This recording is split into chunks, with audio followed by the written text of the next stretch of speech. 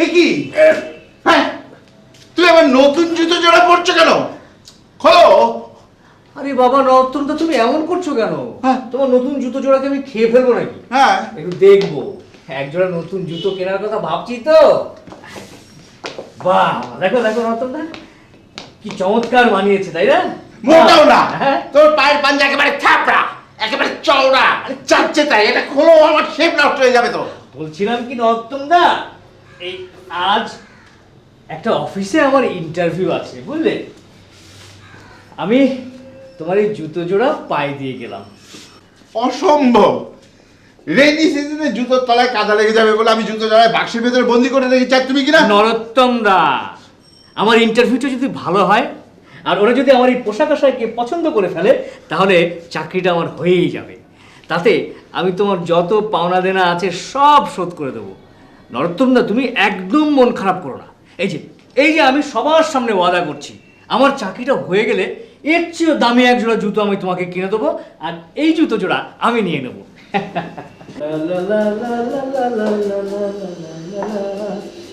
বুয়া, কি করছো? এই তো কাম করতেছি মা। আপনি না যে করে সাহেবের মতো লাগতেছে। জুইতা জোড়া মনে হয় নতুন লইছেন। হ্যাঁ, এই তো আজই পড়লাম। কেমন হয়েছে বুয়া? দারুণ বানাইছে। তা মামা সকাল সকাল কই যান? আমি তো ভাত বসাইছি। না না, আমি এখন খেতে পারবো না, বুঝলে? আমার প্রচন্ড কাজ, অফিসে নানান কাজ পড়ে আছে। আমি যাই, হ্যাঁ?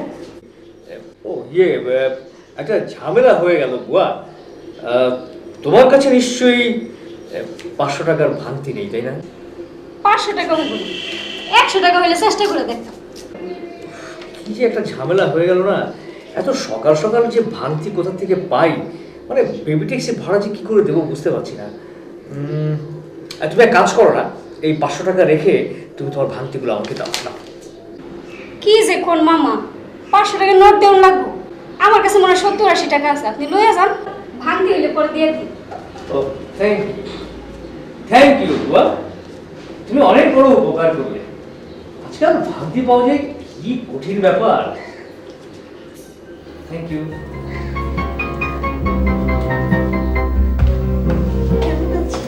ভালো, আই সরি, আসলে কোনো খবর না দিয়ে আপনার অফিসে সরাসরি চলে এসেছি। No problem. Come.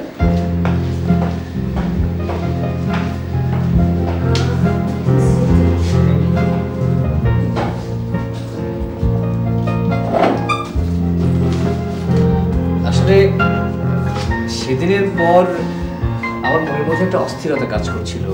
Why? মানে আপনার কাজটা হলো কি না। Oh no.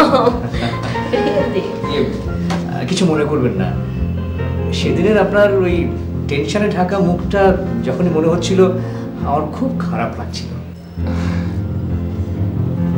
আপনারা এত ইমোশনাল। এনিওয়ে, আপনি কি এখন ফ্রি আছেন? কেন বলেন তো? না, আমার ডেস্কের কাজগুলো সেরে আমি আপনার সাথে বাইরে যেতাম, কথা বলতাম। আজ থাক, অন্য কোনো দিন। আসলে হয়েছে কি, ওই আমি নেক্সট ফ্লাইটে ওই চট্টগ্রাম গোয়িং। কেসটা ফিটফাট পোশাক পরে রিক্সাত না যা মশাইগিরি যাচ্ছ কে? এই পোশাকে তো তোমাকে মশাইগিরি মানাচ্ছে না। আরে রিক্সা আর গাড়ি চড়তে চড়তে না হ্যাঁ। একেবারে অবস্থি এসে গেছে। আর তাছাড়া ঢাকায় তো তোমার মতো এইরকম মোষের গাড়ি চড়ার কোনো উপায় নাই। তা সুইটা ঢাকা যে ভালোই করিস। এখানে থাকলে তো গায়ের মানুষেরা তোমাকে চিটার মিটার নানান কথা কোয়া শুরু করেছিল।